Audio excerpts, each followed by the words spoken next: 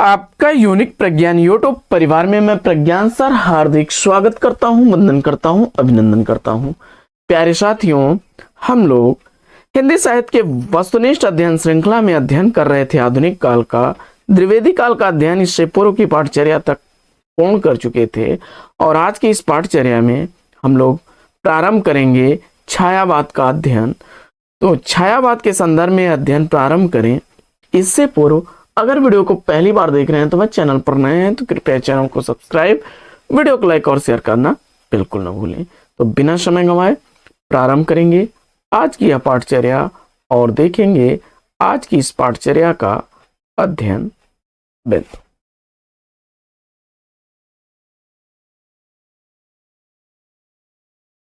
छायावाद। छायावाद का नामकरण देखते हैं। तो छायावाद के नामकरण में छायावाद शब्द के प्रथम प्रयोक्ता के रूप में मुकुटधर पांडे को माना जाता है। इन्होंने जबलपुर से प्रकाशित श्री शारदा पत्रिका में छायावाद शीर्षक से निबंधों की एक लेखमाला प्रस्तुत की थी 1920 ईस्वी में। और इस लेखमाला के 4 निबंधों में पहला निबंध कवि स्वातंत्र्य, दूसरा निबंध छायावाद क्या है था।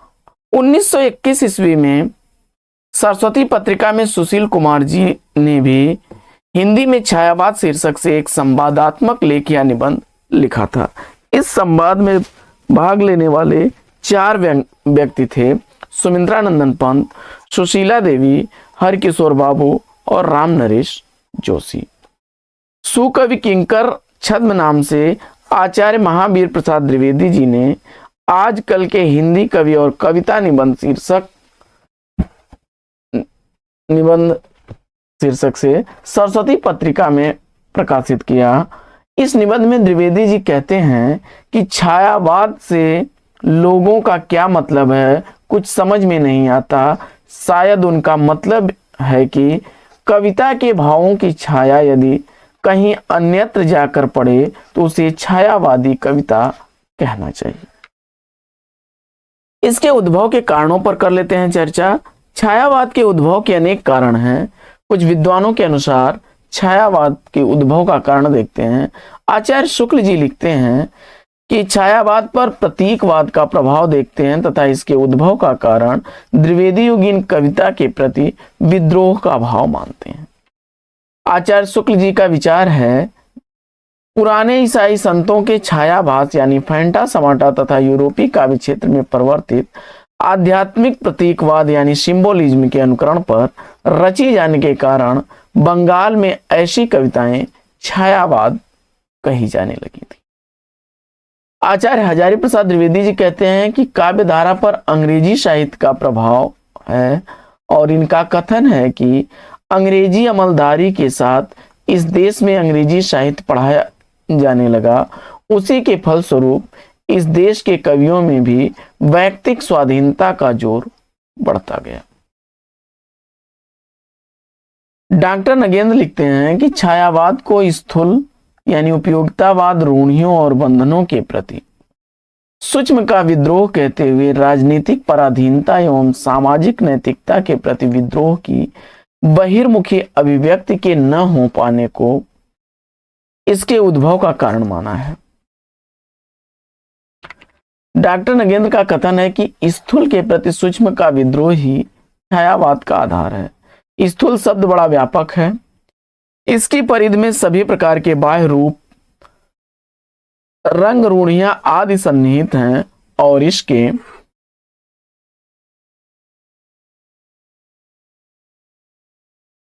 प्रति विद्रोह का अर्थ है उपयोगितावाद के प्रति भावुकता का विद्रोह, नैतिक रूढ़ियों के प्रति मानसिक स्वातंत्र्य का विद्रोह और काव्य बंधनों के प्रति स्वच्छंद कल्पना और टेक्निक का विद्रोह। महादेवी वर्मा जी इसके उद्भव को बंगला साहित्य की प्रेरणा में देखती हैं जिसमें स्वच्छंदतावाद की सहज प्रवृत्ति मिलती है।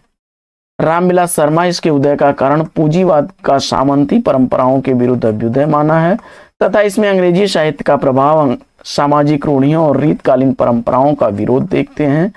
शर्मा जी यानी रामविलास शर्मा का कथन है कि छायावाद भारत के नए पूंजीवादी अभ्युदय के साथ उत्पन्न हुआ अपने सांस्कृतिक रूप में उसने सामंती परंपराओं का विरोध किया।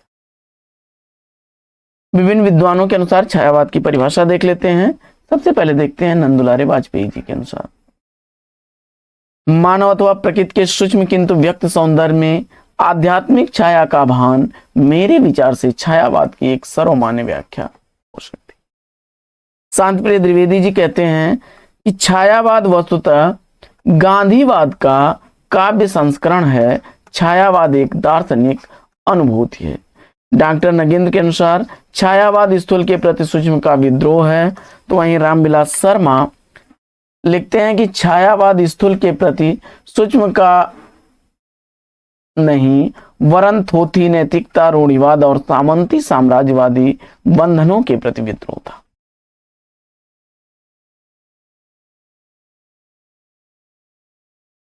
रामस्वरूप चतुर्वेदी जी लिखते हैं कि छायावाद महज संध्या सुंदरी, चांदनी रात और नौका विहार का चित्र नहीं है, वह मूलतः शक्ति काव्य है।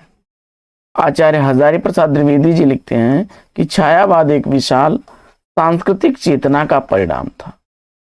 जयशंकर प्रसाद जी के अनुसार जब वेदना के आधार पर सहानुभूति होने लगे तब छायावाद में उसे छायावाद के नाम से अभिहित किया जाता है।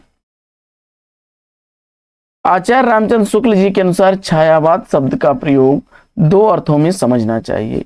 एक तो रहस्यवाद के अर्थ में, जहां इसका संबंध काव्य वस्तु से है, अर्थात जहां कवि उस अनंत और अज्ञात प्रियतम को आलंबन बनाकर अत्यंत चित्रमयी भाषा में प्रेम की अनेक प्रकार से व्यंजना करता है।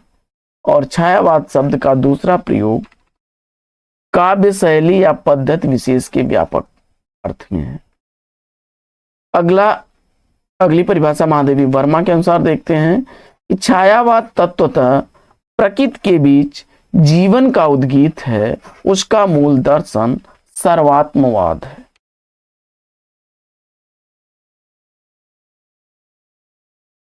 आगे बढ़ते हैं। नामवर सिंह लिखते हैं छायावाद के संदर्भ में कि छायावाद उस राष्ट्रीय जागरण की काव्यात्मक अभिव्यक्ति है जो एक और पुरानी रूढ़ियों से मुक्ति चाहता था तो दूसरी ओर विदेशी पराधीनता से। छायावाद उस राष्ट्रीय जागरण की काव्यात्मक अभिव्यक्ति है जो एक और पुरानी रूढ़ियों से मुक्ति चाहता था और दूसरी ओर विदेशी पराधीनता से। रामकुमार वर्मा जी लिखते हैं कि परमात्मा की छाया आत्मा पर और आत्मा की छाया परमात्मा पर पड़ने लगती है, यही छायावाद है।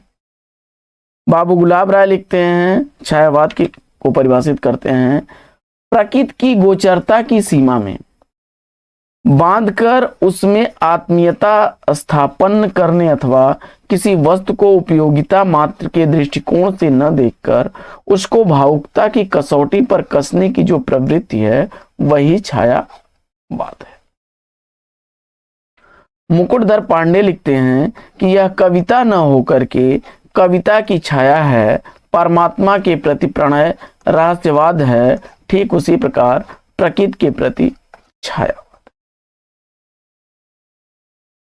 कुछ विद्वानों के अनुसार छायावाद की समय सीमा को देख लेते हैं। बच्चन सिंह के अनुसार 1920 से 38 तक का समय काल जो है वह स्वच्छंदतावाद युग, छायावाद या स्वच्छंदतावाद आदि नामों से जाना जाता है। वहीं हजारी प्रसाद द्विवेदी जी के अनुसार 1920 से 1935 तक का समय काल छायावाद का समय काल है। तो नामवर सिंह लिखते हैं कि छायावाद विशेष रूप से हिंदी के साहित्य के रोमांटिक उत्थान की वह काव्यधारा है जो लगभग 1918 से 1936 ईस्वी यानी उच्छवाद से युगांत तक की प्रमुख युगवाणी रही है। नगेंद्र द्वारा संपादित ग्रंथ हिंदी साहित्य के इतिहास में छायावाद की समय सीमा 1918 से 1938 ईस्वी मानी गई है। नंदुलारे वाजपेयी जी के अनुसार साहित्यिक दृष्टि से छायावादी काव्य शैली का वास्तविक अभ्युदय 1920 के पूर्व पश्चात पंत की उच्छ्वास नाम की काव्य पुस्तक से माना जा सकता है। गणपत चंद्र गुप्त के अनुसार प्रसाद के झरना 1919 ईस्वी से छायावाद का आरंभ माना जाता है। छायावाद का प्रवर्तक रामचंद्र शुक्ल ने मैथिली शरण गुप्त एवं मुकुटधर पांडे को माना है।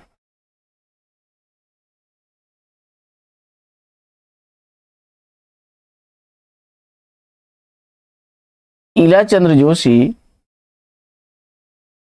शिवनाथ और गणपत चंद्र गुप्त जयशंकर प्रसाद को छायावाद का प्रवर्तक मानते हैं।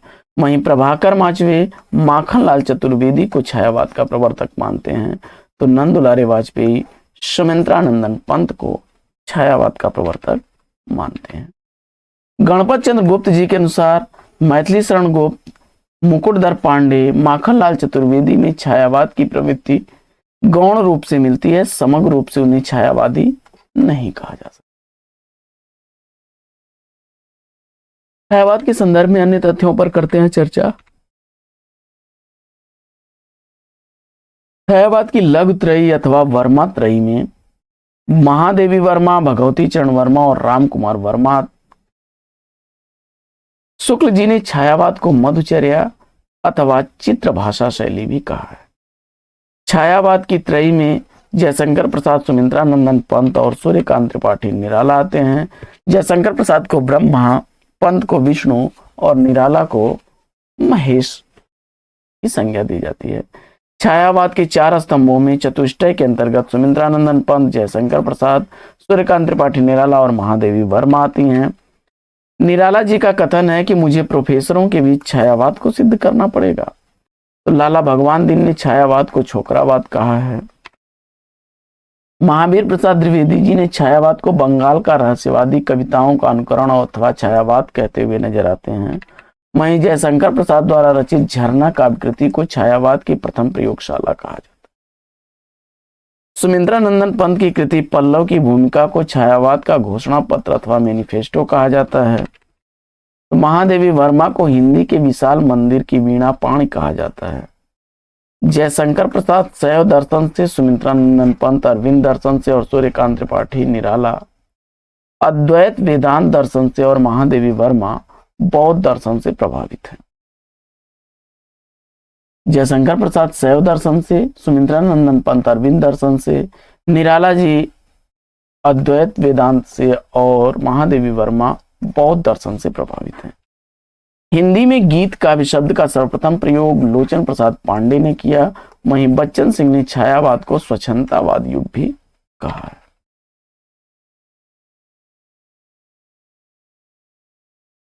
छायावाद की कुछ सामान्य प्रवृत्तियों पर चर्चा कर लेते हैं। तो इसमें मैं शैली का प्रयोग है। आत्म अभिव्यक्ति के लिए आत्मकथात्मक प्रवृत्ति रही है। आत्म प्रसार की आकांक्षा में जीवन के सभी क्षेत्रों में संकीर्णता का विरोध हुआ है। प्रकृति से प्रेम और विराट सत्ता से जुड़ाव है। प्रिय प्रतीक इनके निर्झर और प्रपात हैं।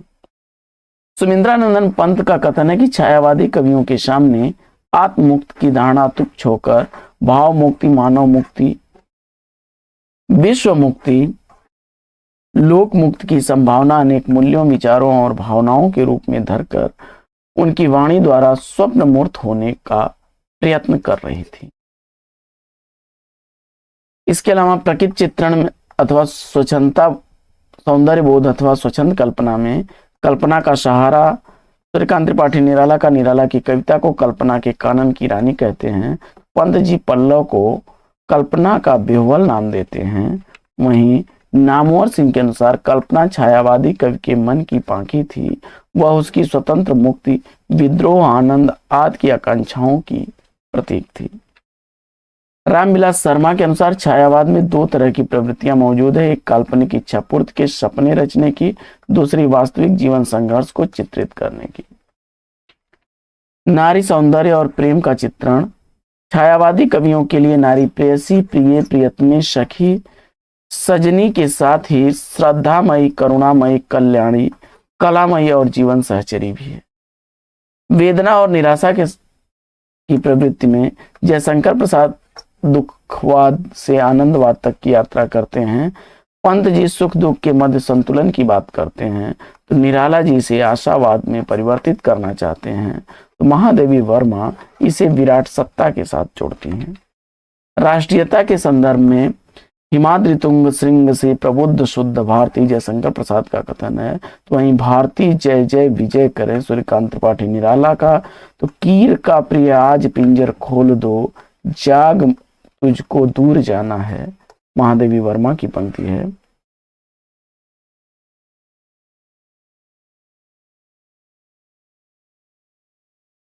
शिल्पगत विशेषताओं में खड़ी बोली में भाषा में निखार, छंद प्रयोग में विविध छंदों का प्रयोग, अलंकार के संदर्भ में मानवीकरण विशेषता, विपर्य विशेषता नवीन अलंकारों के रूप में प्रयुक्त हुआ है, प्रतीकात्मकता, बिंब विधान और गीत प्रगीत योजना भी शिल्पगत विशेषताओं में देखने को मिलती है।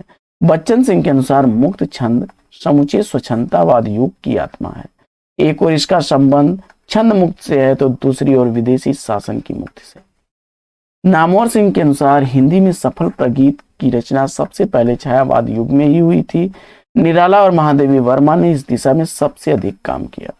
सुमिंद्रानंदन पंत के अनुसार अलंकार केवल वाणी की सजावट के लिए नहीं है, विभाव की अभिव्यक्ति का विशेष द्वार है।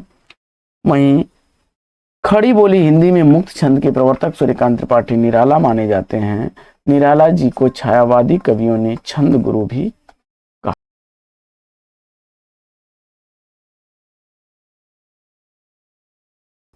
तो 1890 ईस्वी में राम स्वरूप चतुर्वेदी जी नगेंद्र जी द्वारा संपादित इतिहास हिंदी साहित्य के इतिहास पुस्तक के अनुसार इनका जन्म हुआ था। वहीं विश्वंभर मानव, बच्चन सिंह, आचार्य हजारी प्रसाद द्विवेदी, विश्वनाथ तिवारी, ये लोग 1889 ईस्वी इनका जन्म मानते हैं। इनके प्रारंभिक शिक्षक श्री मोहन लाल गुप्त थे, जिनका उपनाम रसमय सिद्ध था। जयशंकर प्रसाद कलाधर उपनाम से ब्रज में कविताएं लिखते थे और बचपन का नाम इनका झारखंडी था।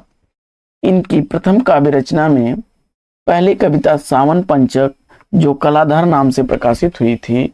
इनका पहला काव्य संग्रह चित्राधार है।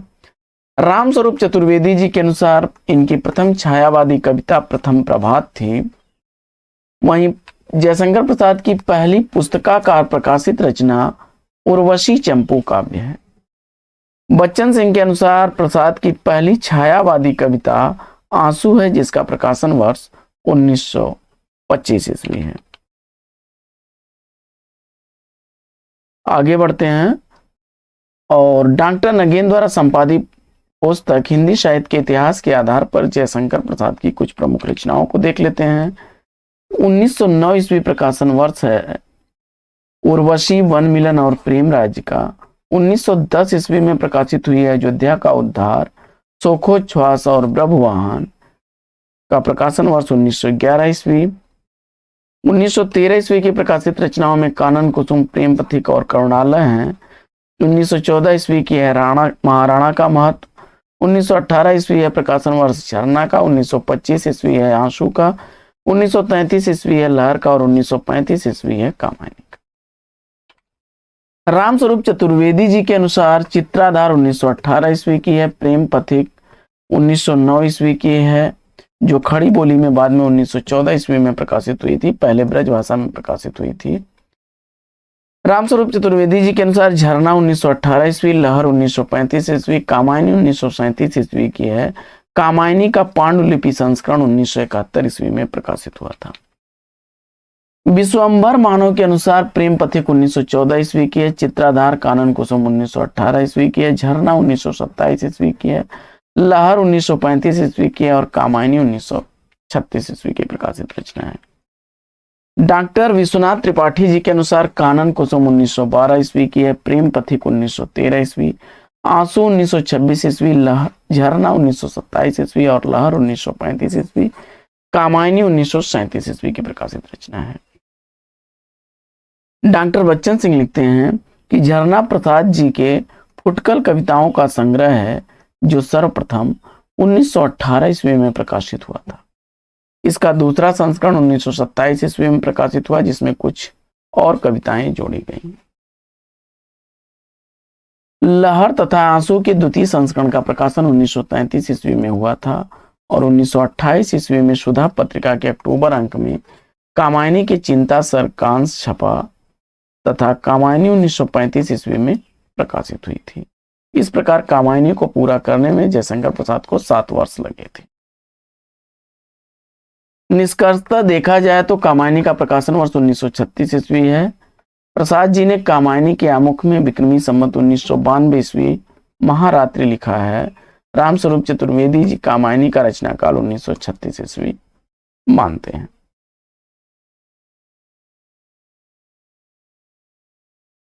जयशंकर प्रसाद के कुछ नाट्य ग्रंथों को देख लेते हैं उनके प्रकाशन वर्ष के साथ।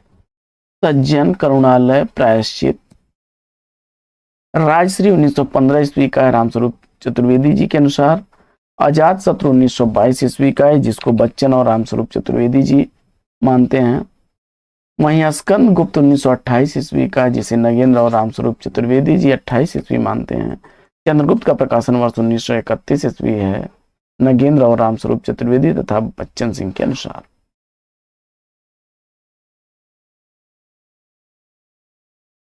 ध्रुव स्वामी 1933 ईस्वी का है, नगेंद्र और रामस्वरूप चतुर्वेदी तथा बच्चन सिंह के अनुसार। विशाख 1921 ईस्वी का प्रकाशित है। बच्चन सिंह ने लिखा है कि एक घूंट का प्रकाशन 1929 ईस्वी में, कामना का 1927 ईस्वी में और जन्मेजय का नाग यज्ञ नाटक 1926 ईस्वी में प्रकाशित हुआ था। एक घूंट मूलतः एकांकी नाटक है। डॉक्टर नगेंद्र द्वारा संपादित हिंदी साहित्य का इतिहास ग्रंथ में कामना नाटक 1923-24 ईस्वी की रचना बताई गई है, जिसका प्रकाशन 1927 ईस्वी है। इस ग्रंथ में एक घूंट नाटक का प्रकाशन वर्ष 1930 ईस्वी माना गया है। जयशंकर प्रसाद के कहानी संग्रह छाया, प्रतिध्वनि, आकाशदीप, आंधी और इंद्रजाल प्रमुख हैं। प्रसाद जी के प्रमुख उपन्यासों में कंकाल, तितली और इरावती हैं, जिसमें इरावती इनका अधूरा उपन्यास है। करुणालय इनके द्वारा लिखा गया रूपक काव्य है। चित्राधार काव्य कथा है। कानन कुसुम, झरना, लहर गीत काव्य हैं। वहीं प्रेम पथिक, महाराणा का महत्व और आंसू खंड काव्य हैं। कामायनी इनकी रचना 15 सर्गों का महाकाव्य है, जिसके सर्गों का क्रम है चिंता, आशा, श्रद्धा, काम, वासना, लज्जा, कर्म, ईर्ष्या, ईड़ा, स्वप्न, संघर्ष, निर्वेद, दर्शन, रहस्य और आनंद। मुख्य छंद इनके हैं तांडक छंद, अंगिरस और शांत रस। इनकी कथा का आधार है ऋग्वेद, छांदोग्य उपनिषद, शतपथ ब्राह्मण, श्रीमद् भागवत और इसमें घटनाक्रम शतपथ ब्राह्मण से लिया गया है। शांत प्रिय द्विवेदी जी ने कामायनी को छायावाद का उपनिषद कहा है। सूर्यकांत त्रिपाठी निराला ने रहस्यवाद का पहला महाकाव्य कहा है। तो नंद दुलारे वाजपेयी ने इसे नए युग का काव्य कहा है। गजानन माधव मुक्तिबोध इसे फैंटेंसी कहते हैं और इंद्रनाथ मदान इसे असफल कृति मानते हैं। डॉक्टर नामवर सिंह ने आधुनिक सभ्यता का प्रतिनिधि काव्य कहा है।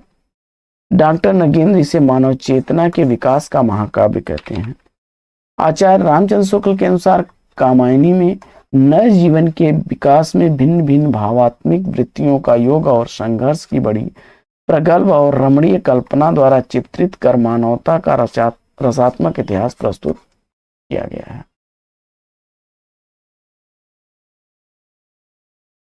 बच्चन सिंह के अनुसार जयशंकर प्रसाद को शिखर कवि के रूप में प्रतिष्ठित करने का श्रेय कामायनी को है।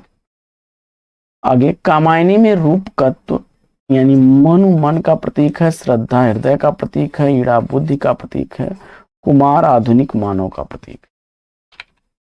आगे लहर काव्य संकलन में कुछ प्रमुख संकलित कविताओं में अशोक की चिंता, प्रलय की छाया, शेर सिंह का सश्रमण, पेशोला की प्रतिध्वनि, काली आंखों का अंधकार, अब जागो जीवन के प्रभात और ले चल मुझे भुलावा देकर प्रमुख हैं। वहीं चित्राधार में संकलित प्रमुख कविताओं में कानन कुसुम, महाराणा का महत्व, प्रेम पथिक, उर्वशी, विस्मृत प्रेम, प्रायश्चित, ब्रभवाहन, अयोध्या का उद्धार, प्रकृति सौंदर्य, वन मिलन, विदाई, सज्जन, भक्ति, प्रेम राज्य, पंचायत, संध्या तारा और भारतेंद्र प्रकाश प्रमुख हैं। कानन कुसुम में संकलित प्रमुख कविताओं में प्रभु, वंदना और नमस्कार, मंदिर, करुण क्रंदन, महाकृणा प्रमुख हैं। प्रथम प्रभात, मर्म कथा और भक्ति योग, रजनीगंधा, सरोज, कोकिल, निशीथ नदी, महाकवि तुलसीदास, कुरुक्षेत्र और वीर बालक प्रमुख काव्य रचनाएं हैं कानन कुसुम में संकलित।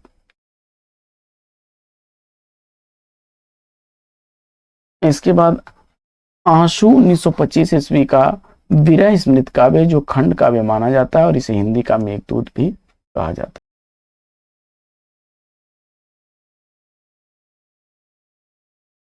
के बचपन का नाम गुसाई दत्त था। बच्चन सिंह, रामस्वरूप चतुर्वेदी, विश्वंभर मानव और हजारी प्रसाद द्विवेदी जी ने इनका जन्म वर्ष 1900 ईस्वी माना है। आचार्य रामचंद्र शुक्ल ने इनकी प्रारंभिक कविताओं को वीणा में जिसमें हृदय तंत्री के तार भी हैं संग्रहित हैं। पंत जी की पहली प्रौढ़ रचना पल्लव है, जिसमें प्रतिभा के उत्साह या साहस तथा पुरानी काव्य पद्धति के विरुद्ध प्रतिक्रिया का बहुत बढ़ा चढ़ाकर प्रदर्शन है। शुक्ल जी ने आगे लिखा है कि छायावाद के भीतर माने जाने वाले सब कवियों में प्रकृति के साथ सीधा प्रेम संबंध पंत जी का ही दिखाई पड़ता है। वहीं कलावाद के प्रभाव से जिस सौंदर्यवाद का चलन यूरोप के काव्य क्षेत्र के भीतर हुआ, उसका पंत जी पर पूरा प्रभाव रहा है। आगे पंत जी ने समाजवाद के प्रति भी रुचि दिखाई है और गांधीवाद के प्रति भी। आगे बढ़ते हैं। बच्चन सिंह के अनुसार पंत की कविता में अरविंद दर्शन का प्रवेश एक अशुभ ग्रह का प्रवेश है। वीणा संग्रह की रचनाओं को कवि ने अपना दुधमुहा प्रयास कहा है। पंत के काव्य में, छायावादी काव्य में और प्रकृति के रूप और गुण या तो लाक्षणिक ढंग से प्रयोग में ले आए गए हैं या किसी अन्य कार्य के माध्यम के रूप में। आगे लिखते हैं बच्चन सिंह के अनुसार कि युगवाणी 1938 की रचनाओं पर मार्क्सवाद, गांधीवाद का स्पष्ट प्रभाव है। इसे कवि ने गद्य गीत कहा है। पंत की साधना की चरम उपलब्धि लोकायतन है। यह उनकी महत्वाकांक्षापूर्ण कृति है। कलेवर में कामायनी से लगभग 6 गुना बड़ी है। यह महाकाव्य का मूल प्रतिपाद्य सामूहिक मुक्ति है, जो गांधीवाद और अरविंदवाद दोनों से प्रभावित है। हजारी प्रसाद द्विवेदी जी के अनुसार सुमिंद्रानंदन पंत का संपूर्ण व्यक्तित्व गीतमय है। वे मूलतः गीत काव्य के कवि हैं। पंत सौंदर्य की महिमा के अनासक्त साक्षी कवि हैं।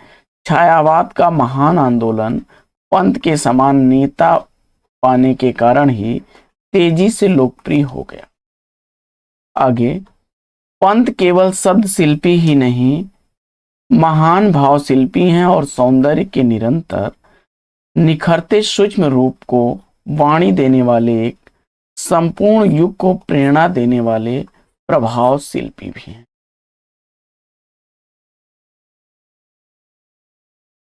आगे बढ़ते हैं। नंदुलारे वाजपेयी जी लिखते हैं पंत के संदर्भ में, इस सुमिंद्रानंदन पंत जब अपनी नवीन वीणा लेकर हिंदी में आए, तब हिंदी प्रगीत की परमोच्च संभावना उसमें केंद्रित हो गई। डॉक्टर नगेंद्र जी के अनुसार पंत जी सुंदर के ही कवि हैं, यद्यपि उनका सुंदर शिवम और सत्यम से शून्य नहीं। आगे सुमिंद्रानंदन पंत के प्रमुख विचार और कथनों को देख लेते हैं। कविता हमारे परिपूर्ण क्षणों की वाणी है। आगे काव्य का सत्य सौंदर्य के माध्यम से अभिव्यक्त होता है और कवि की अनुभूतियां काव्य में संगीत बनकर प्रवाहित होती हैं। आगे साहित्य अपने व्यापक अर्थ में मानव जीवन की गंभीर व्याख्या है। पंत जी ने काव्य छंद को बंधनों से मुक्त करने की घोषणा की और लिखा कि खुल गए छंद के बंध प्रास के रजत पाश, अब गीत मुक्त यो युगवाणी बहती अयास।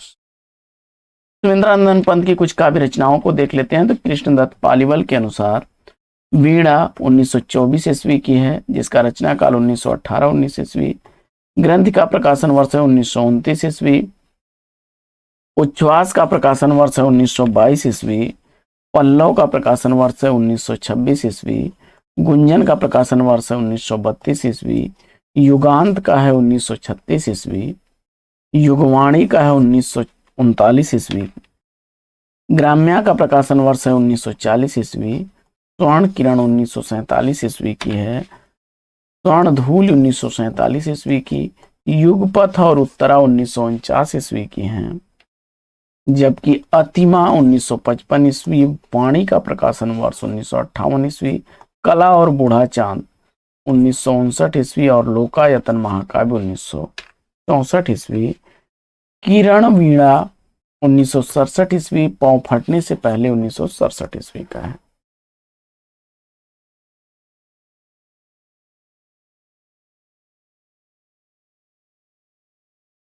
पतझर एक भाव क्रांति 1969 ईस्वी, गीत हंस 1969 ईस्वी, शंख ध्वनि 1971 ईस्वी, समाधिता 1973 ईस्वी, आस्था 1973 ईस्वी की है, सत्यकाम 1975 ईस्वी की है, गीत अगीत 1976 ईस्वी की प्रकाशित रचना, वहीं संक्रांति 1977 ईस्वी की प्रकाशित रचना है।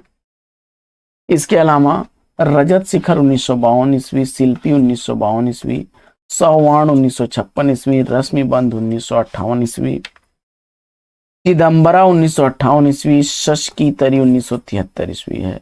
लोकायतन का प्रकाशन 1965 ईस्वी में हुआ था। पंत जी की कुछ गद्य रचनाओं में इनके द्वारा लिखा गया हार उपन्यास 1960 ईस्वी का प्रकाशित उपन्यास है। वहीं 5 कहानियां संग्रह 1936 ईस्वी का अनुवाद है इनका मधुज्वाल, जिसका प्रकाशन वर्ष 1947 ईस्वी। आत्मकथा इनकी है 60 वर्ष एक रेखांकन 1960 ईस्वी की। इसके अलावा ज्योत्सना नाटक, जिसका रचना काल 1932 ईस्वी, जबकि प्रकाशन 1934 ईस्वी का है। युग पुरुष का 1955 ईस्वी और छाया का 1956 ईस्वी है। गद्य पथ 1955 ईस्वी का निबंध है। शिल्प और दर्शन 1961 ईस्वी का है। कला और संस्कृति 1965 ईस्वी का है। छायावाद पुनर्मूल्यांकन 1966 ईस्वी का। 60 वर्ष और अन्य निबंध 1973 ईस्वी का है। सुमित्रानंदन पंत जी ने रूपाब नामक मासिक पत्रिका का संपादन भी 1938 ईस्वी में किया था।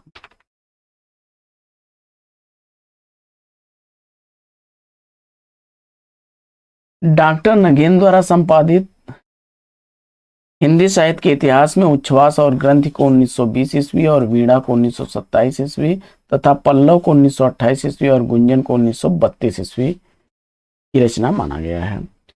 बच्चन सिंह के अनुसार वीणा 1927 ईस्वी की है, ग्रंथि 1929 ईस्वी की है, पल्लव 1926 ईस्वी, गुंजन 1932 ईस्वी, युगांत 1936 ईस्वी, युगवाणी 1938 ईस्वी की प्रकाशित रचना है। ग्रंथि का लेखन काल 1920 ईस्वी है। रामस्वरूप चतुर्वेदी जी के अनुसार ज्योत्सना 1934 ईस्वी, रजत शिखर 1952 ईस्वी, शिल्पी 1952 ईस्वी है। आलोचना ग्रंथों में इनका 1953 ईस्वी का है। गद्य पथ, शिल्प और दर्शन 1961 ईस्वी का और छायावाद पुनर्मूल्यांकन 1965 ईस्वी का है। सुमित्रानंदन पंत की कुछ चर्चित कविताओं में नौका विहार, एक तारा, मोह, प्रथम रश्मि, बापू, मार्क्स के प्रति भूत दर्शन, साम्राज्यवाद, दो मित्र, झंझा नीम, वे आंखें, ताज, बापू के प्रति गा कोकिल, भावी पत्नी के प्रति संध्या तारा, मधुवन, आज रहने दो यह गृह, काज, चांदनी, अप्सरा, परिवर्तन और अनंत, ये प्रमुख काव्य रचनाएं हैं। इसके अलावा छाया, स्वप्न, आंसू, मधुमास, बादल, नक्षत्र, बालपन, आंसू की बालिका, पर्वत प्रदेश में पावस, बादल, मधुस्मिता और मौन निमंत्रण, अप्सरा, गंगा, ग्राम देवता, संध्या के बाद ग्राम वधु और वह बुढ़ा, यह प्रमुख रचनाएं हैं, काव्य रचनाएं हैं इनकी। इनके संदर्भ में अन्य तथ्यों पर करते हैं चर्चा तो रामधारी सिंह दिनकर ने अपनी पुस्तक पंद प्रसाद और मैथिली शरण में लिखा है कि और विचित्रता की बात यह है कि केवल पाठकों में ही नहीं, पंडितों और आलोचकों में भी युगांत के बाद पंत काव्य पर बहुत कम ध्यान दिया गया।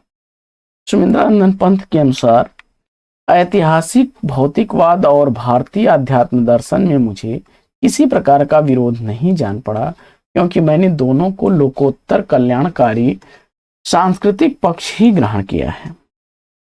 नंदुलारे वाजपेयी जी के अनुसार है कि पल्लव की अपेक्षा गुंजन में कल्पना का सहज सुंदर उद्रेक उतना नहीं है जितना उपदेशक प्रवृत्ति और पांडित्य प्रदर्शन है। पंत जी को चिदम्बरा कृति पर 1968 ईस्वी का ज्ञानपीठ पुरस्कार मिला। इन्हें 1961 ईस्वी में पद्म भूषण भी प्रदान किया गया। ज्योत्सना 5 अंकों में विभाजित एक प्रगीतात्मक रूपक नाट्य रचना है जिसमें कवि और नाटककार दोनों की प्रतिभा मिलती है। पंत जी की लोक कल्याणकारी विचार इसमें अभिव्यक्त हुआ है।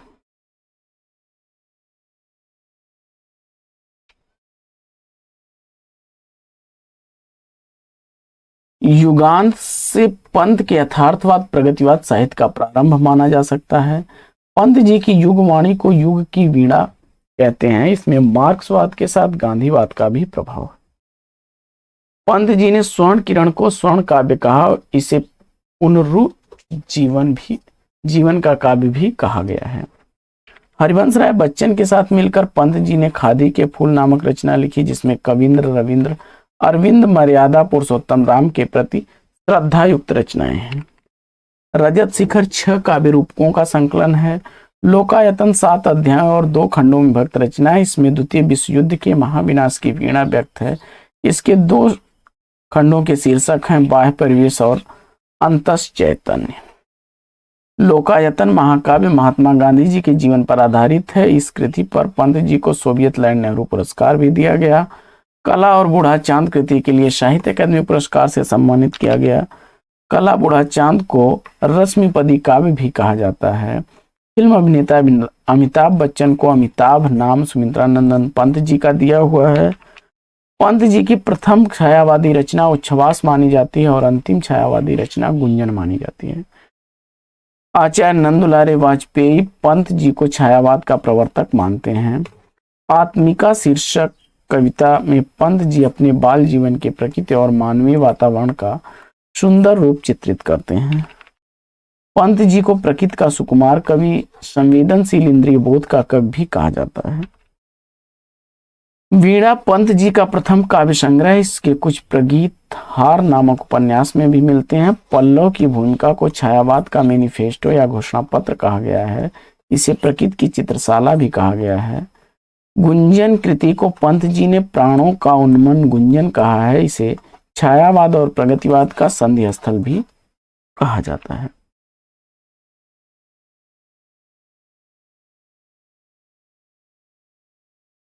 वर्तमान में जो पश्चिम बंगाल में पड़ता है महिषादल में हुआ था और बच्चन सिंह रामस्वरूप चतुर्वेदी जी 1899 ईस्वी जन्म वर्ष इनका मानते हैं। विश्वंभर मानव, भगीरथ मिश्र और विश्वनाथ त्रिपाठी जी के अनुसार इनका जन्म 1896 ईस्वी है। वहीं डॉक्टर नगेन द्वारा संपादित ग्रंथ हिंदी साहित्य का इतिहास पुस्तक के अनुसार 1897 ईस्वी है।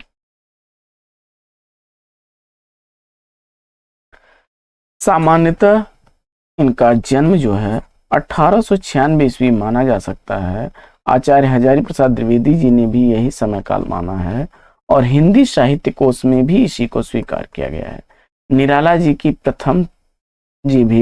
प्रथमतः 1896 ईस्वी ही मानते हैं। निराला जी का पैतृक निवास गढ़कोला, उन्नाव, उत्तर प्रदेश था। निराला जी के संदर्भ में विद्वानों के कुछ विचार देख लेते हैं। तो आचार्य शुक्ल जी के कथनों को देखते हैं निराला के संदर्भ में। पहला कथन उनका है कि संगीत को काव्य के और काव्य को संगीत के अधिक निकट लाने का सबसे अधिक प्रयास निराला जी ने ही किया है। अगला कथन है कि गीतिका में इनके ऐसे ही गीतों का संग्रह जिसमें कवि का ध्यान संगीत की ओर अधिक है, अर्थ समन्वय की ओर कम है। अगला कथन है कि निराला जी पर बंग भाषा की काव्य शैली का प्रभाव समास में गुम्फित पद वल्लरी, क्रियापद के लोप आदि में स्पष्ट झलकती है। लाक्षणिक वैलक्ष्य लाने की प्रवृत्ति में उतनी नहीं पाई जाती जितनी प्रसाद और पंत में पाई जाती है। निराला के संदर्भ में अगला कथन देखते हैं शुक्ल जी का। बहुवस्तु स्पर्शनी प्रतिभा निराला जी में है। अज्ञात प्रिय की ओर इशारा करने के अतिरिक्त इन्होंने जगत के अनेक प्रस्तुत रूपों और व्यापारों को भी अपनी सरल भावनाओं के रंग में देखा है। आगे जिस प्रकार निराला जी को छंद के बंधन अरुचिकर हैं, उसी प्रकार सामाजिक बंधन भी। अगला कथन है कि अद्वैतवाद के वेदांती स्वरूप को ग्रहण करने के कारण इनकी रहस्यात्मक रचनाओं में भारतीय दार्शनिक निरूपणों की झलक जगह जगह मिलती है। आगे बढ़ते हैं और हजारी प्रसाद द्विवेदी जी के कथन देखते हैं सूर्यकांत त्रिपाठी निराला के संदर्भ में। पहला कथन है, सच पूछा जाए तो निराला से बढ़कर स्वच्छंदतावादी कवि हिंदी में कोई नहीं है। दूसरा कथन है कि छंद के बंधनों के प्रति विद्रोह करके उन्होंने उस मध्ययुगीन मनोवृत्ति पर पहला आघात किया था जो छंद और कविता को प्रायः समानार्थक समझने लगी थी। आगे, वे आरंभ से ही विद्रोही कवि के रूप में हिंदी में दिखाई पड़े। अगला कथन देखते हैं बच्चन सिंह का सूर्यकांत त्रिपाठी निराला के संदर्भ में। बच्चन सिंह निराला के संदर्भ में लिखते हैं, छायावादी कवियों में निराला में उर्सोचित गुण सबसे अधिक था। ऐसा व्यक्ति सौंदर्यवाद की ओर नहीं जाता। निराला जैसे लोगों में मूर्ति भंजक का तेवर होता है। वे दूसरों की प्रतिमाएं भी तोड़ते हैं और अपनी भी। बच्चन जी का अगला कथन है निराला के संदर्भ में कि निराला न तो जीवन में समझौतावादी थे, न साहित्य में, न राजनीति में।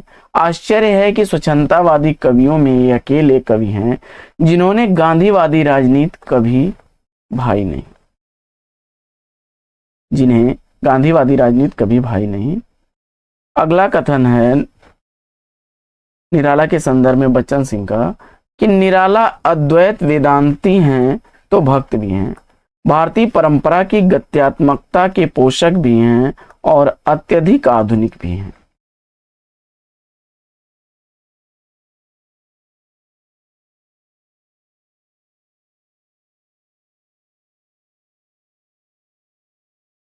सूर्यकांत त्रिपाठी निराला की कुछ प्रमुख रचनाओं पर कर लेते हैं चर्चा। सबसे पहले देखते हैं निराला के काव्य संग्रह। अनामिका इनका पहला काव्य संग्रह 1923 ईस्वी का प्रकाशन वर्ष। परिमल 1930 ईस्वी का प्रकाशित काव्य संग्रह है।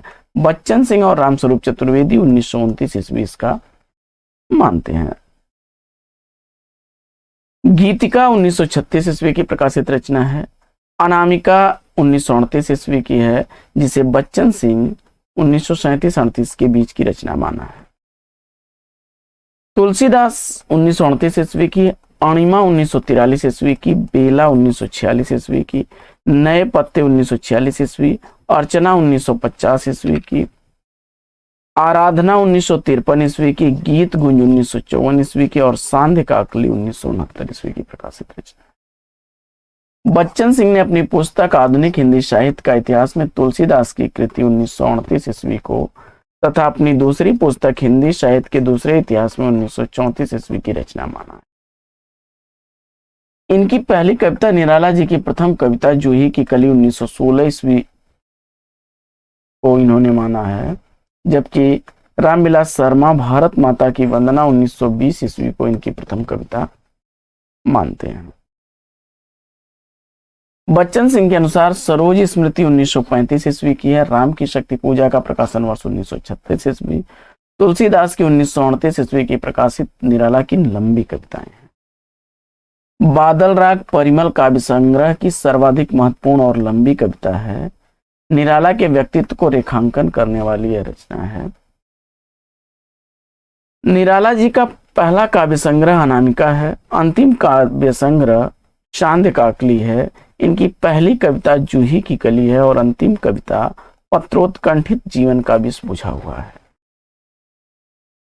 परिमल काव्य संग्रह की कुछ प्रमुख कविताओं को देख लेते हैं।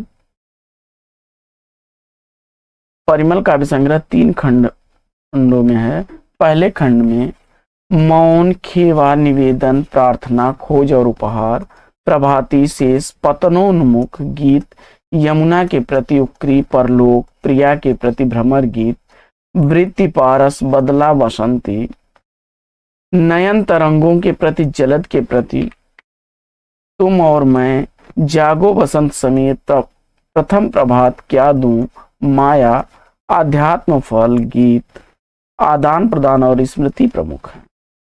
वहीं दूसरे खंड में प्रमुख कविताओं में स्वागत, अधिवास, विधवा, भिक्षुक, संध्या सुंदरी, विदाई, रास्ते के फूल, बहु, विफल वासना, बादल राग प्रमुख हैं।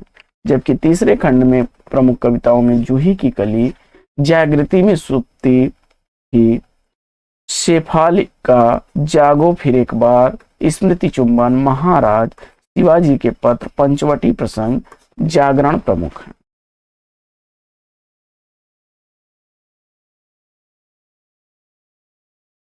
आगे बढ़ते हैं और देखते हैं अणिमा काव्य संग्रह। तो अणिमा काव्य संग्रह में नूपुर के सुर मंद रहे, बादल छाए, दलित जन पर करो करुणा, मैं अकेला, स्नेह निर्झर बह गया, भारत ही जीवन धन, जलाशय के किनारे कोहरी थी, गहन है या अंधकारा प्रमुख है।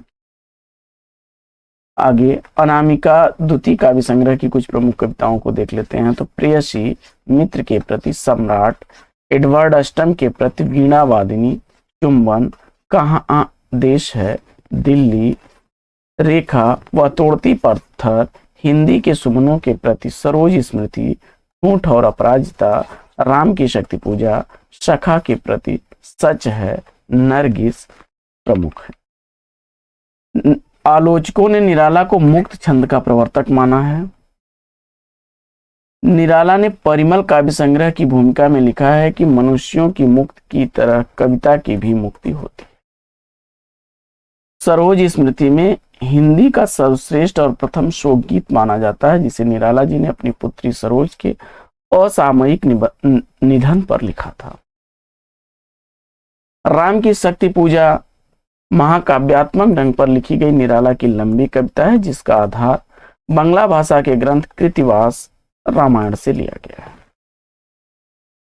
आराधना काव्य संग्रह की भूमिका महादेवी वर्मा ने लिखी है। महादेवी वर्मा के अनुसार जीवन में जो कुछ सत्य है, सुंदर है और मंगलमय है, वही निराला का आराध्य रहा है।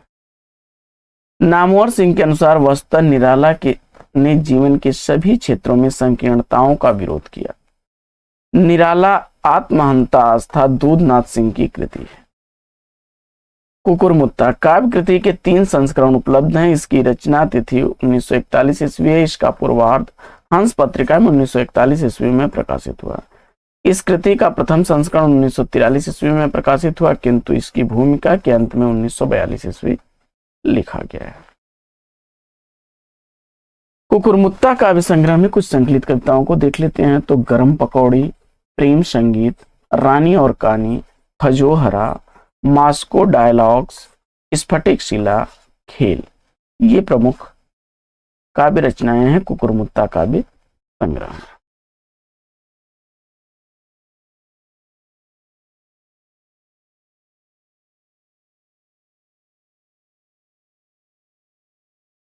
कुकुरमुत्ता का प्रथम संस्करण निराला ने श्री कुंवर सुरेश सिंह को समर्पित किया है तथा जियाफत अर्थात दावत शीर्षक से एक छोटी भूमिका लिखी है।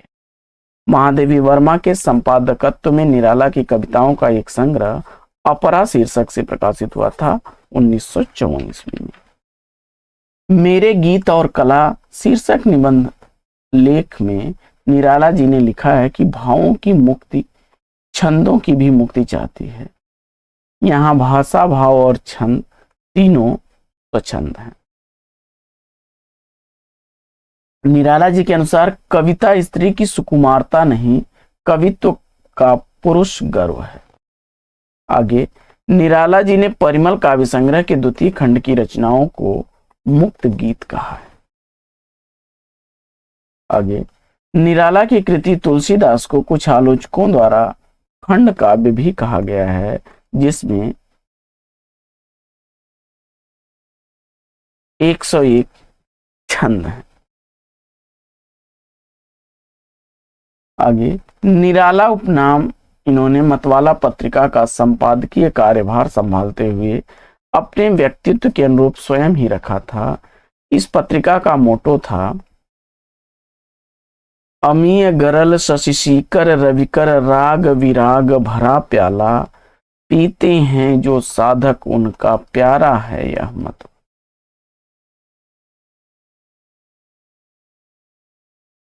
निराला की पहली कविता जूही की कली को आचार्य महावीर प्रसाद द्विवेदी जी ने अश्लीलता का आरोप लगाकर सरस्वती पत्रिका में छापने से प्रकाशित करने से मना कर दिया था।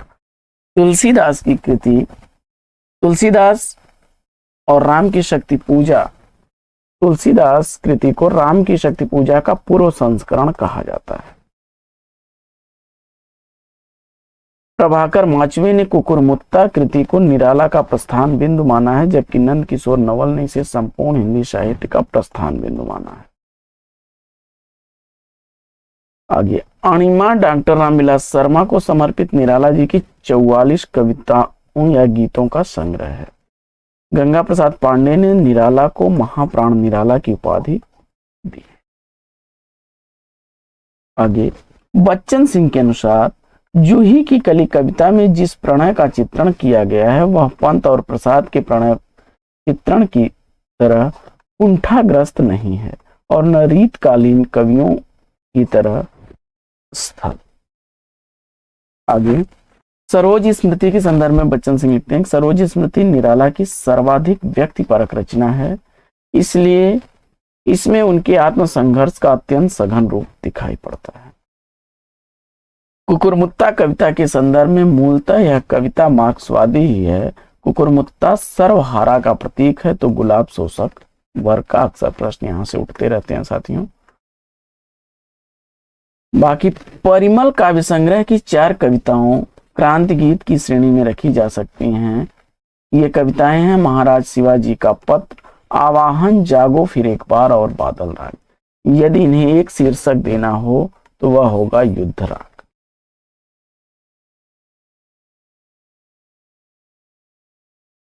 आचार्य नंद दुलारे वाजपेयी जी ने राम की शक्ति पूजा के हनुमान के प्रसंग को लेकर इसे गाथा काव्य कहा है।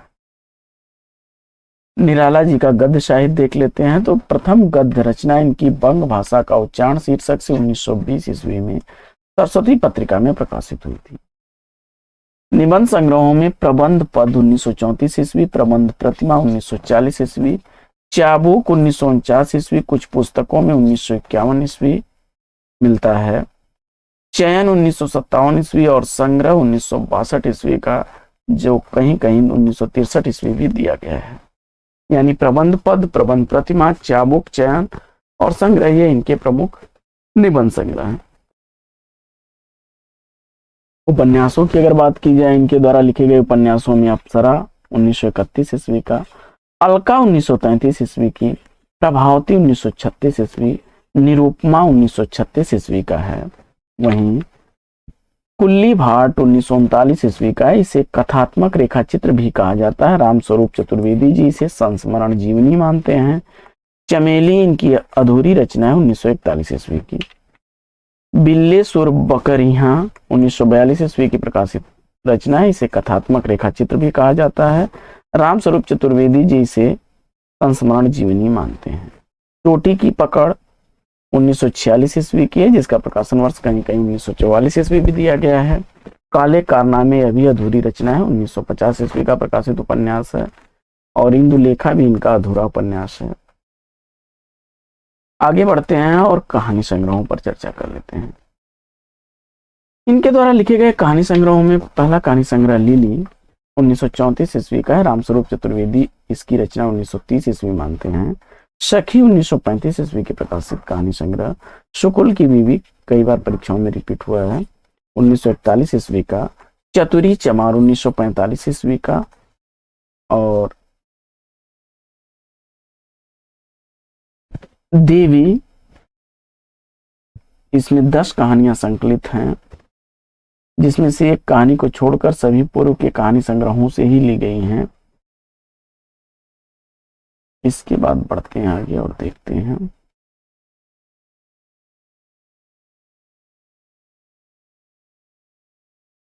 निराला जी ने जो है मतवाला, माधुरी, सुधा और रंगीला पत्रों का संपादन भी किया। निराला जी ने मतवाला, माधुरी, सुधा और रंगीला पुस्तकों का, क्षमा करें, पत्रिकाओं का संपादन किया। इसके बाद इन्हें अपरा काव्य संग्रह के लिए 2100 रुपए का पुरस्कार दिया गया था। 1953 ईस्वी में अर्चना कृति पर उत्तर प्रदेश सरकार द्वारा इन्हें पुरस्कृत किया गया। 1953 ईस्वी में कलकत्ता में निराला का अभिनंदन किया गया तथा निराला अभिनंदन ग्रंथ भी प्रकाशित हुआ। 1947 ईस्वी में काशी हिंदू विश्वविद्यालय में निराला की स्वर्ण जयंती भी मनाई गई। निराला की समीक्षात्मक रचनाओं में रविंद्र कविता कानन और पंत और पल्लव प्रमुख हैं। निराला की साहित्य साधना पुस्तक 3 खंडों में प्रकाशित है, जिसके संपादक डॉक्टर रामविलास शर्मा है। और निराला रचनावली 8 खंडों में प्रकाशित रचना है, जिसके संपादक नंद किशोर नवल है।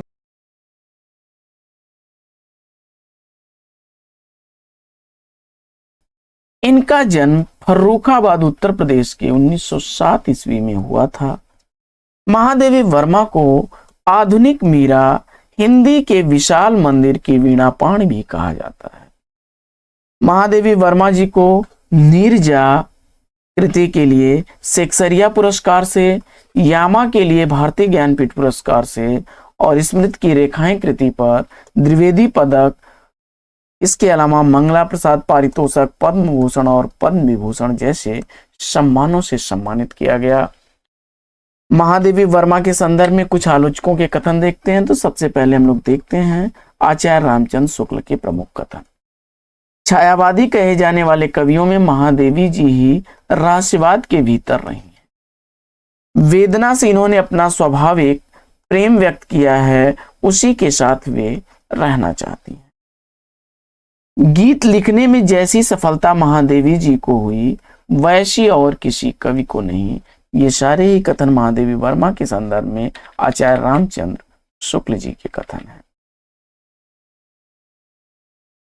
आगे बढ़ते हैं और बच्चन सिंह के कथनों को देखते हैं। बच्चन सिंह महादेवी वर्मा के संदर्भ में लिखते हैं कि वास्तविकता तो यह है कि वे और चाहे जो कुछ हो रहस्यवादी नहीं है, वे अंधेरे से जूझती हुई निष्कंप दीप शिखा है। दूसरा कथन है महादेवी वर्मा के संदर्भ में बच्चन सिंह का कि उन्हें रहस्यवादी कहने का अभिप्राय है उनकी आत्मसंघर्ष पर जो समूचा नारी जाति का आत्मसंघर्ष है, पर्दा डालना। अगला, वे स्त्री की लौ श्रृंखला को तोड़ना चाहती हैं। बच्चन सिंह लिखते हैं उनके संदर्भ में कि उन्हें अंधेरे का अस्तित्व स्वीकार है, वे पदे पदे ज्योत की वर्षा नहीं करती चलती, पर अंधेरों से लड़ती रही हैं। अगला कथन है बच्चन सिंह का कि उनकी काव्य यात्रा तमसो मां ज्योतिर्गमय की यात्रा है। रामविलास शर्मा जी लिखते हैं कि महादेवी जी छायावाद की प्रतिनिधि कवि हैं। उनमें छायावाद का निराशावादी पलायनवादी पक्ष है, तो जीवन और सौंदर्य की आकांक्षा तथा स्वस्थ मानवतावादी पक्ष भी है। महादेवी वर्मा का जन्म देखते हैं। तो महादेवी वर्मा का जन्म 1907 ईस्वी में हुआ था और इनकी प्रमुख काव्य रचनाओं में निहार और रश्मि है। निहार 1930 ईस्वी की प्रकाशित रचना, वहीं रश्मि 1932 ईस्वी की प्रकाशित रचना है। नीरजा कृति का प्रकाशन वर्ष नगेंद्र और विश्वनाथ त्रिपाठी 1935 ईस्वी मानते हैं, जबकि 1934 ईस्वी स्वीकार करते हैं रामस्वरूप चतुर्वेदी जी। शांत गीत का प्रकाशन वर्ष 1936 ईस्वी है। यामा कृति 1940 ईस्वी की प्रकाशित रचना मानते हैं विश्वनाथ प्रसाद त्रिपाठी, वहीं हजारी प्रसाद द्विवेदी जी इसे 1936 ईस्वी की प्रकाशित रचना मानते हैं। दीपशिखा का प्रकाशन वर्ष 1942 ईस्वी उन्होंने माना है। यामा में निहार, रश्मि और नीरजा तथा सांध गीत की कविताएं सम्मिलित हैं। डॉक्टर नगेंद्र ने लिखा है कि दीपशिखा के गीतों की अनुभूति पार्थिवी मानते हुए इसके मूल में काम का स्पंदन है। डॉक्टर नगेंद्र जहां कहते हैं कि मुझे आधुनिक काव्य की आध्यात्मिकता में एकदम विश्वास नहीं, वहीं धनंजय वर्मा कहते हैं कि मुझे आधुनिक काव्य की आध्यात्मिकता में पूर्ण विश्वास है। निहार काव्य कृति के संदर्भ में लिखते हैं कि भूमि क्षमा करें, निहार जो काव्य कृति है उसकी भूमिका अयोध्या सिंह उपाध्याय हरिऔध जी ने लिखी है। इनकी कुछ प्रमुख रचनाओं में वंग दर्शन, सप्तपर्णा, संधिनी और हिमालय प्रमुख है।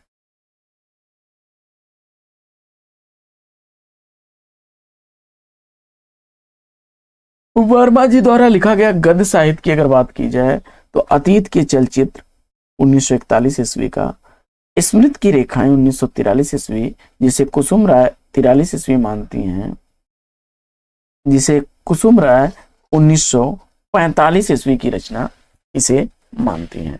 मेरा परिवार का प्रकाशन वर्ष 1971 ईस्वी है। स्मृति चित्र 1973 ईस्वी का, पथ के साथी 1956 ईस्वी का। श्रृंखला की कड़ियां 1942 ईस्वी। आचार्य हजारी प्रसाद द्विवेदी इसी रचना को 1948 ईस्वी का मानते हैं। महादेवी वर्मा जी ने इस रचना में भारतीय नारी की समस्याओं का विवेचन किया है। इसमें युद्ध और नारी, नारीत्व का अभिशाप, आधुनिक नारी इत्यादि निबंधात्मक रचनाएं संकलित हैं। क्षणदा इनके द्वारा लिखा गया निबंध 1956 ईस्वी का। साहित्यकार की आस्था तथा अन्य निबंध 1962 ईस्वी का है, जिसे गंगा प्रसाद पांडे ने संपादित किया था। संकल्पिता और संभाषण भी इनके द्वारा लिखी गई निबंधात्मक रचनाएं हैं।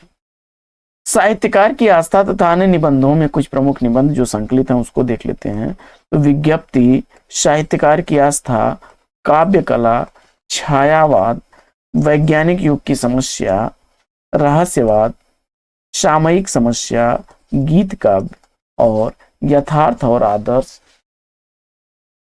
निबंध संकलित है। अतीत के चलचित्र रेखा चित्र में संकलित है रामा, बाल विधवा मारवाड़ी बधू, बिंदा, साबिया, बिट्टो, विधवा माता, घीशा, वैश्या की सती पुत्री, जिसमें स्वाभिमानी स्त्री की गाथा का वर्णन है, अलोपी दीन, बदलू कुम्हार एवं उसकी पत्नी रधिया, लक्ष्मा। इस रेखाचित्र में कुल 11 रेखाचित्र संकलित हैं।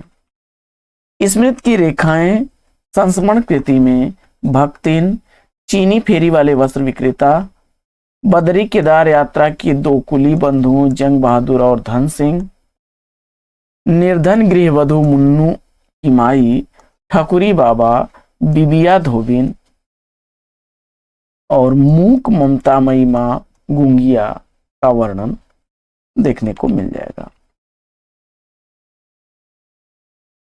इनके द्वारा लिखा गया पथ के साथी संस्मरण में प्रणाम रविन्द्रनाथ टैगोर, मैथिली शरण गुप्त, सूर्यकांत त्रिपाठी निराला, सुभद्रा कुमारी चौहान, जयशंकर प्रसाद, सुमित्रा नंदन पंत और सियाराम शरण गुप्त जी के संदर्भ में संस्मरण संकलित है। मेरा परिवार में इन्होंने नीलकंठ, गिल्लू, सोना, दुर्मुख, गौरा, नीलू, निक्की, रोजी और रानी इसमें संकलित हैं, जो कि पालतू पशु पक्षियों पर आधारित इनका संस्मरण है। इनके संदर्भ में अन्य तथ्यों पर चर्चा करते हैं। तो प्रथम आयाम शीर्षक से महादेवी वर्मा की ब्रज भाषा और आरंभिक खड़ी बोली की कविताओं का संकलन किया गया। महादेवी वर्मा की खड़ी बोली में रचित प्रथम कविता दिया है। रमेश चंद्र शाह के अनुसार कविता महादेवी के लिए निखालिस आत्म अभिव्यक्ति के बजाय कलाभ्यास के रूप में अधिक साध्य रही है। महादेवी वर्मा लिखती हैं कि महादेवी वर्मा जी ने चांद पत्रिका का संपादन भी किया।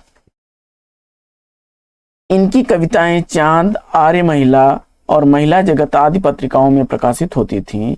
1944 ईस्वी में साहित्यकार संसद की स्थापना प्रयाग में की इन्होंने और 1954 ईस्वी में साहित्य अकादमी की संस्थापक सदस्य भी ये रही।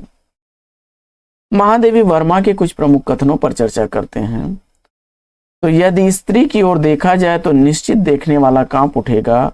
उसके हृदय की प्यास है, किंतु उसे भाग्य ने मृग मरीचिका में निर्वासित कर दिया है। श्रृंखला की कड़ियां से अवतरित यह कथन है। आगे सुभद्रा कुमारी चौहान को याद करते हुए उन्होंने लिखा है कि अजगर की कुंडली के समान स्त्री के व्यक्तित्व को कस कस कर चर चर कर देने वाले अनेक सामाजिक बंधनों को तोड़ फेंकने में उनका जो प्रयास लगा होगा उसका मूल्यांकन संभव नहीं। अगला कथन है कि नारी के हृदय में जो गंभीर ममता सजल वीर भाव पैदा होता है वह पुरुष के उस शौर्य से अधिक दिव्य और उदात्त रहता है। अगला, सप्तपर्णा ऋग्वेद के मंत्रों का हिंदी काव्यानुवाद है। रश्मि काव्य संग्रह पर बौद्ध दर्शन का गहरा प्रभाव।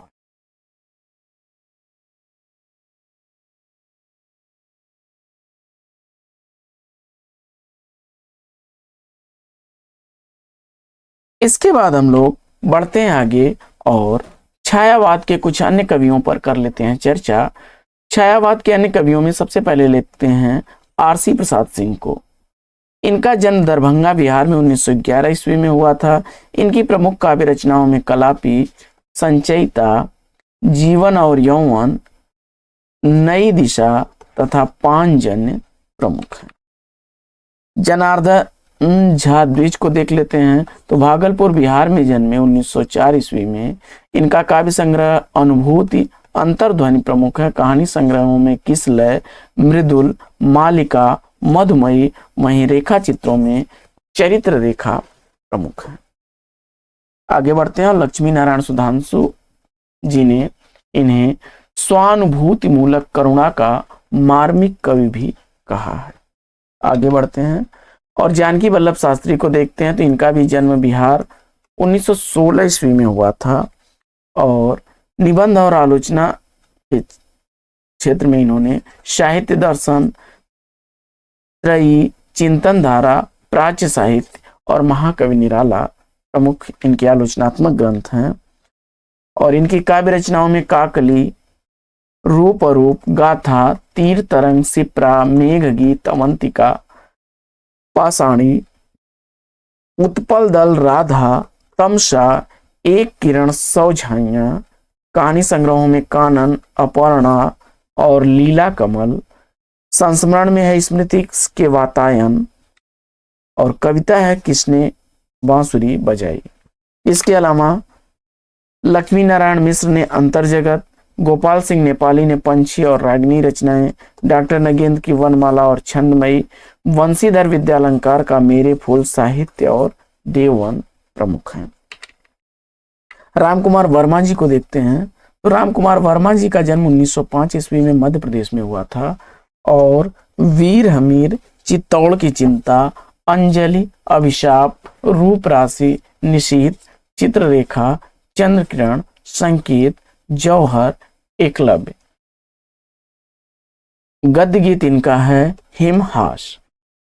आलोचना में समालोचना, कबीर का रहस्यवाद प्रमुख है। साहित्य इतिहास में हिंदी साहित्य का आलोचनात्मक इतिहास 1938 ईस्वी का है। एकांकी और नाटकों में पृथ्वीराज की आंखें, रेशमी टाई, रूप रंग, शिवाजी, चारुमित्रा, विभूति, सप्त किरण, रिमझिम, कौमुदी महोत्सव ये प्रमुख एकांकी संग्रह हैं रामकुमार वर्मा के। राज रानी सीता, विजय पर्व ये नाटक हैं इनके और इन्होंने हिंदी गीत काव्य, कबीर पदावली, आधुनिक हिंदी काव्य पर का संपादन भी किया। चित्ररेखा कृति पर इन्हें देव पुरस्कार से सम्मानित भी किया गया। आगे बढ़ते हैं।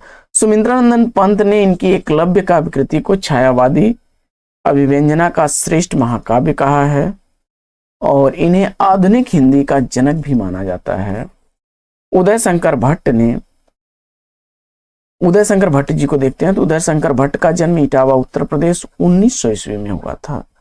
इनकी काव्य रचनाओं में तक्षशिला, राका, मानसी, विसर्जन, युगदीप, अमृत और विष, यथार्थ और कल्पना, विजय पथ, अंतरदर्शन प्रमुख हैं। नाटकों में विक्रमादित्य, दाहर अथवा सिंध पतन मुक्तिपथ, शक विजय, अंबा, सागर विजय, कमला, अंतहीन अंत, क्रांतिकारी, नया समाज, पार्वती आदि जो है नाटक हैं इनके। उदय शंकर भट्ट के गीति नाटकों में मत्स्य गंधा, विश्वामित्र और राधा प्रमुख हैं। पद नाटकों में अशोक वन वंदिनी है।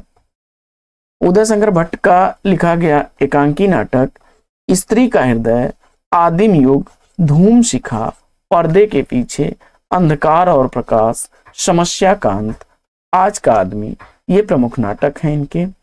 उदय शंकर भट्ट ने उपन्यासों भी लिखे तो जिसमें वह जो मैंने देखा, एक नीड़ दो पंछी, नए मोड़, शेफाली, सागर लहरें और मनुष्य काफी इंपॉर्टेंट है, परीक्षाओं में रिपीट भी हुआ है साथियों। लोक परलोक, शेष अशेष प्रमुख हैं। इसके बाद मोहनलाल महतो वियोगी को देख लेते हैं तो इनके काव्य संग्रहों में अछूत, निर्माल्य, एक तारा, धुंधले चित्र और कल्पना प्रमुख हैं। वहीं प्रबंध काव्य में आर्यावर्त, कहानी संग्रहों में रेखा सलीला, उपन्यासों में आर पार, शेषदान, आदमखोर, धोखा तथा वस्तु, ये दो नाटक हैं। आर पार, शेषदान, आदमखोर उपन्यास हैं। रेखा और सलीला कहानी संग्रह हैं मोहनलाल महतो वियोगी के। तारा पांडे को देख लेते हैं तो तारा पांडे शिकर, सुख, पेक, आभा, गोधुली, वेणुकी, अंतरंगिणी, विपंची, काकली, बल्लकी, पावस, सांझ, रंचना, संबोधनी, भावगंधा, पुष्पहास, स्मृति सुगंध और छिन्न तुलिका, ये प्रमुख कविता संग्रह हैं तारा पांडे के। वहीं रेखाएं और गीतों के पंख गद्य काव्य है और उत्सर्ग इनका कहानी संग्रह है। तो साथियों अब हम लोग छायावाद पर लेंगे यहीं पर विराम, रहस्यवाद के संदर्भ में अध्ययन करेंगे अगले वीडियो में। तो आज की इस पाठचर्या में लेते हैं यहीं पर विराम, फिर मिलेंगे आपसे अगले वीडियो में एक नए प्रश्न, एक नए टॉपिक, एक नए अंदाज में। तब तक के लिए लेते हैं आपसे विदा। आपका जीवन मंगलमय हो। बेस्ट विशेष बेस्ट ऑफ लक। जय हिंद।